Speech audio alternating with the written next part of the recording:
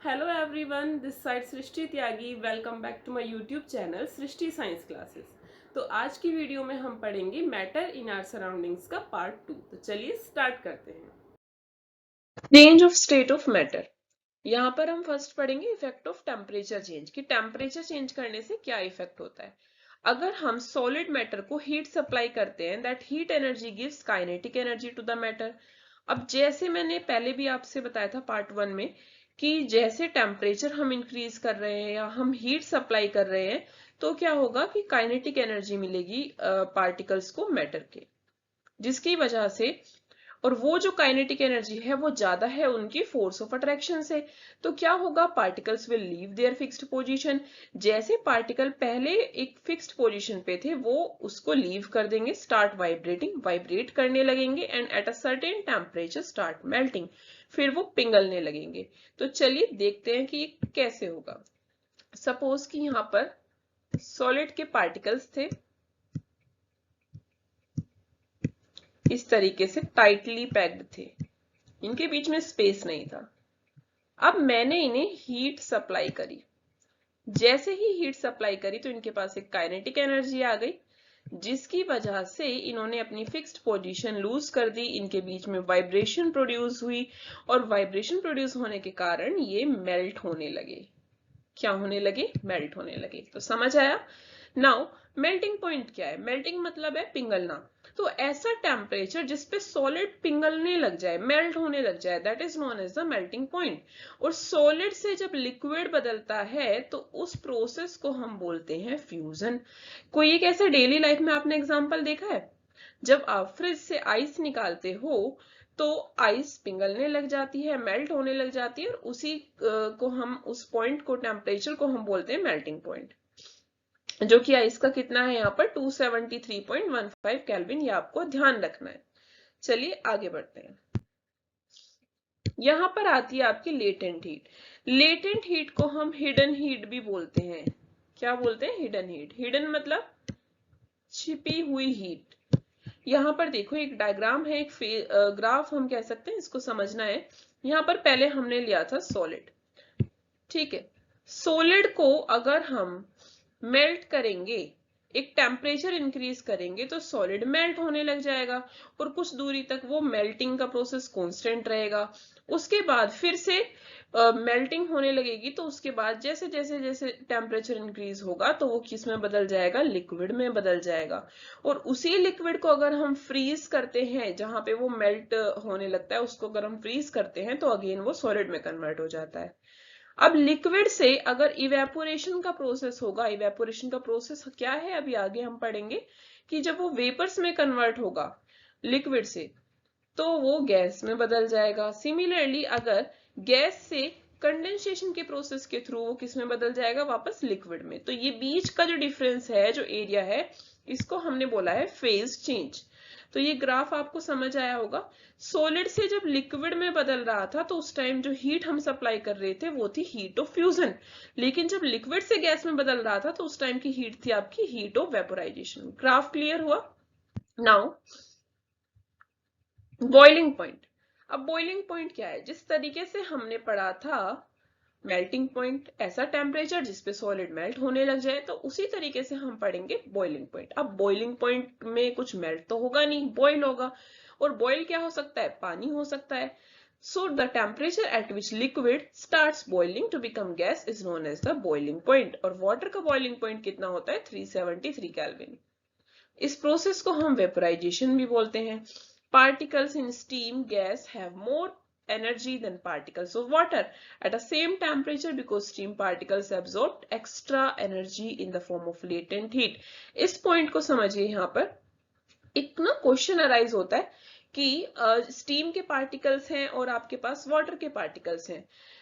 Same temperature पे water है और स्टीम है, आपका हाथ स्टीम से बर्न होता है पहले केस में, दूसरे केस में वाटर से बर्न होता है, तो आपको ज्यादा बर्निंग किस में होगी? तो स्टीम से होगी, ध्यान रखना, क्योंकि स्टीम में ज्यादा एनर्जी होती है उसके पार्टिकल्स में, लेटेंट हीट की फॉर्म में। लेटेंट हीट एक ऐसी एनर्जी है जो कि मैटर की स्टेट को चेंज करती है विदाउट इंक्रीजिंग और राइजिंग इट्स टेम्परेचर। और ये काफी होती है फोर्स ऑफ अट्रैक्शन को ब्रेक करने में। अगर मैं सॉलिड से लिक्विड में चेंज करती हूँ मैटर को, तो हमें हीट सप्लाई करनी होती है। सिमिलरली अगर मैं लिक्विड से सॉलिड में बदल रही हूँ तो हम उसको कूल करेंगे। Same for the gases, liquid से अगर गैस में बदलना है तो हीट करेंगे, और गैसेस से लिक्विड में बदलना है तो हम उसको कूल करेंगे। चलिए आगे बढ़ते हैं। Effect of change of pressure. Pressure का क्या असर पड़ता है अगर हम गैस पे प्रेशर इंक्रीज करते हैं, अप्लाई करते हैं, तो वो लिक्विड गैस में बदल जाती है, वो लिक्विफाइड हो जाती है। ठीक है, यहाँ पर प्रेशर नहीं आएगा, यहाँ पर आएगा टेम्परेचर, और अगर हमें उसका टेम्परेचर रिड्यूस करते हैं तो भी वो लिक्विड गैस में बदल जाती है। सेम सॉलिड CO2 का दूसरा नाम है ड्राई आइस। ध्यान रखना, अगर उसका मैं 1 atm से प्रेशर डिक्रीज कर दूं, यहां पर मैं प्रेशर अप्लाई नहीं कर रही, डिक्रीज कर रही हूं, तो वो गैस में बदल जाएगा। क्यों? क्योंकि आप खुद सोचिए, प्रेशर अप्लाई करना मतलब होता है कि कंप्रेस करना, और डिक्रीज करना मतलब लूज करना। तो अगर पहले इस तरीके से थे, अब मैंने इसको प्रेशर डिक्रीज करा है, डिक्रीज करा है मतलब लूज हो रहा है इनके बीच का स्पेस, तो ये क्या हो जाएगा, इस तरीके से गैस में बदल जाएंगे। ओके, नाउ यहां पर एक छोटा सा डायग्राम है, इसको देखिए ध्यान से। अगर सॉलिड से गैस बन रही है तो उस प्रोसेस को बोलेंगे sublimation, without changing into liquid. अगर सॉलिड से डायरेक्ट गैस बन रही है तो उस प्रोसेस को सब्लिमेशन बोलेंगे। सिमिलरली गैस से डायरेक्ट सॉलिड बन रहा है तो उसको डिपोजिशन बोलेंगे। एंड अगर गैस से लिक्विड बन रहा है तो उसको कंडेंसेशन बोलेंगे, कूलिंग के थ्रू लिक्विड कन्वर्ट होगा। और लिक्विड से गैस तो अभी हमने पढ़ा था इवेपोरेशन। एंड सॉलिड से लिक्विड बनेगा तो मेल्टिंग, और लिक्विड से आपका सॉलिड बनेगा तो सॉलिडिफिकेशन। ये डायग्राम जो है इंपॉर्टेंट है, इसको ध्यान से पढ़ लेना। Next slide. Now it is evaporation. Evaporation क्या है? इवेपोरेशन एक बहुत ही सिंपल और इंटरेस्टिंग टॉपिक है जो आपने बचपन से भी पढ़ा होगा। Process of changing liquid into vapours at any temperature below its boiling point is known as evaporation। ऐसा प्रोसेस जिसमें लिक्विड जो है वो कन्वर्ट हो जाएगा वेपर्स में at any temperature but below its boiling point, उसके boiling point से वो टेम्परेचर कम होना चाहिए।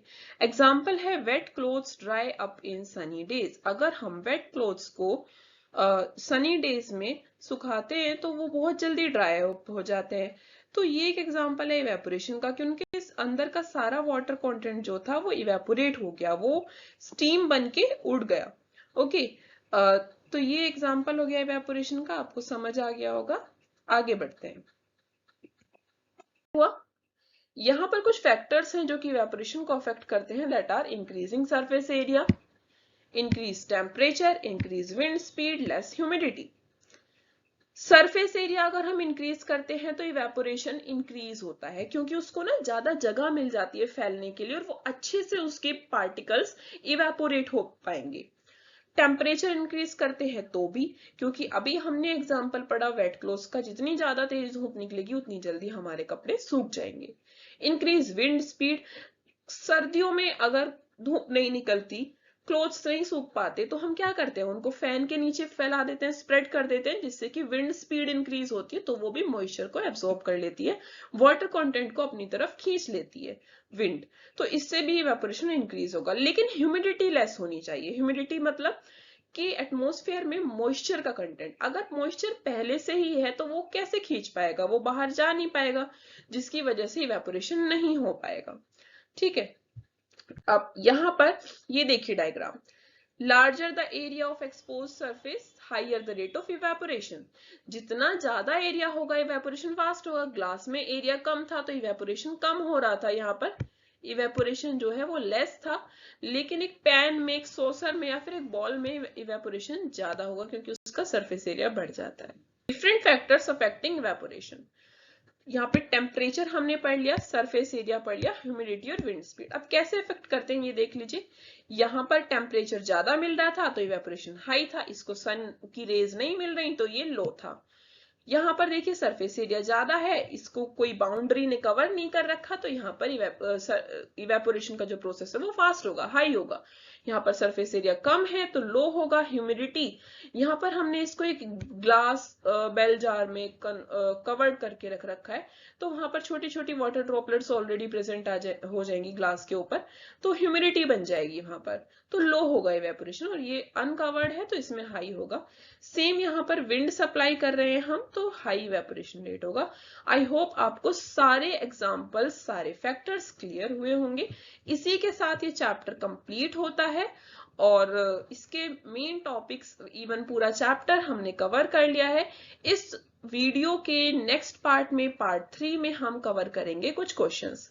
अगर आपको वीडियो अच्छी लगी हो तो please subscribe my channel and hit the like button.